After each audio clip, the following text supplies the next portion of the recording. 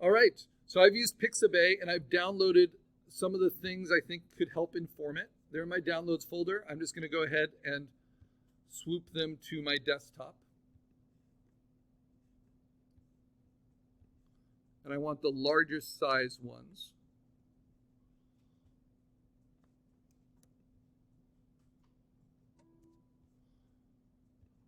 Okay, so they're all there. And now I am going to start sketching. So I'm going to demonstrate sketching using Photoshop in my tablet, but I just recommend you sketch by hand unless you're really comfortable sketching digitally. I'm going to say new file. This is just a sketch, so I'm going to call it Karl Assignment 1 Sketch, but we are going to turn in our sketches.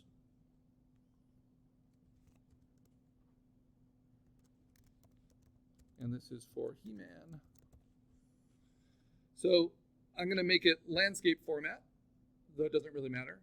8 by 10 by 350, that's fine. And I'm just going to use a brush, and I'm just going to make sure it's pressure sensitive, which it is. And I'm going to take its opacity down a little bit. And that works. Okay. I'm going to turn off smoothing so it doesn't slow it down. So now I have my inspiration. This is how you sketch. And then I have, let's see, my jawbone. So I'm going to open up all those references. Shrink it a little bit. And a landscape has to be contained. This is going to be rectangular. It can be either portrait format like this or landscape format.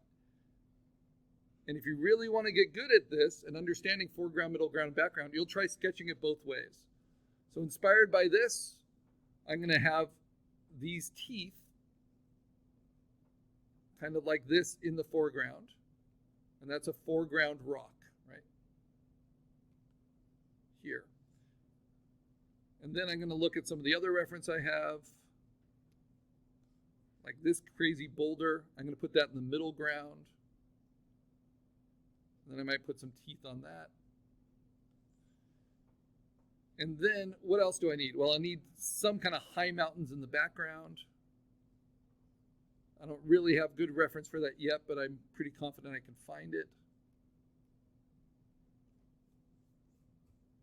Yeah, because that's all I've downloaded so far. So something kind of like this. Okay, so what do I mean by foreground, middle ground, background? Foreground is the stuff that's closest to your eyes. So if you put your hand in front of your eyes, and foreground can be looked through or it can be focused on, right? Background is whatever's behind your foreground, and then middle ground fits in between. So if you put another hand up behind that foreground hand, this is actually worth doing so you understand it. That gives you 3 layers of depth. You have the hand that's closest to your eyes, that's foreground. The hand behind, that's middle ground. And then what's behind your hands, that's the background. So you want to be able to separate out this idea of your landscape into 3 different levels. So foreground is here, middle ground is here, background is here, and the sky, right? And that lets the eye kind of travel through. And that gives me enough to find like some crazy clouds, maybe some Hubble Space Telescope images. All these things are on Pixabay.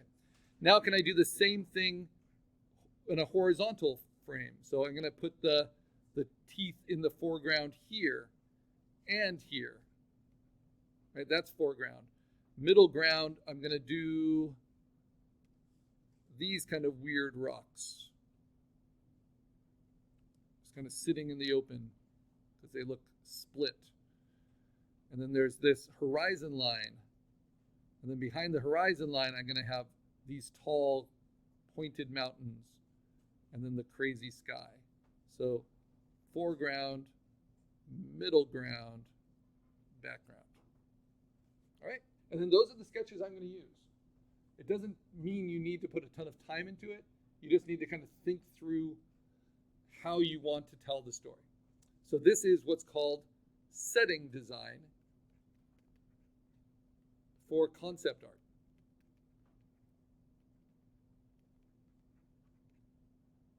Our fantasy landscape. And this is what I want you to have when you come next week. And I want you to have saved some of these references. You don't need all of them. You're going to find more. But remember, those references need to be at least 1,000 pixels and have some attribute that you can use. That's it. Thank you, guys. And I will post these videos. You'll find them in YouTube.